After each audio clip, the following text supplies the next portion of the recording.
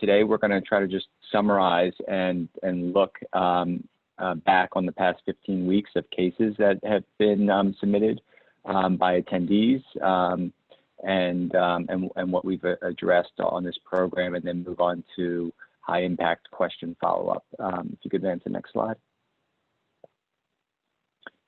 We had 15 case presentations that we reviewed. So overall, we're middle-age population,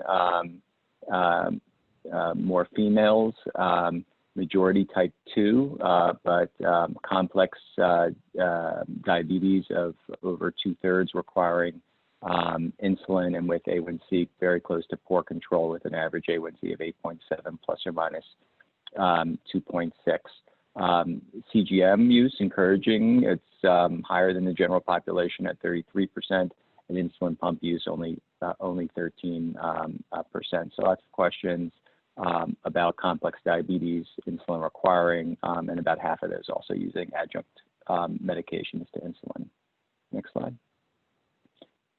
And there aren't enough specialists to take care of all patients living with diabetes, and we acknowledge that primary care providers are managing complex diabetes, and this really speaks to the complexity of diabetes, where a third had ER visits in the past year, and close to 50% also dealing with the double burden of behavioral health issues and depression in addition to diabetes. And then you put that on top and the time of COVID, and things get very complex.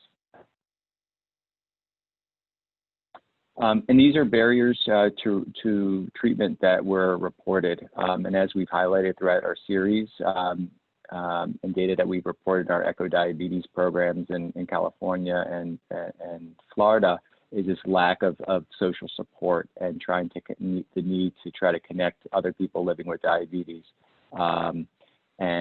Access and utilization of supplies was perhaps reported more of an issue than actual financial, even though there's lots of financial burdens right now in the time of COVID, trying to get through loopholes of how to get patients on certain medications or coverage for CGM. We discussed a lot. And once again, coming back to behavioral health, the underlying psychiatric comorbidities adding to the complexity of diabetes. So I thank you all for submitting these cases and having rich conversations, and hope you found those beneficial, and would encourage you to reach out to your local Echo Diabetes or Echo Endocrinology programs in the respective states that our faculty team represents, and consider joining their programs as well.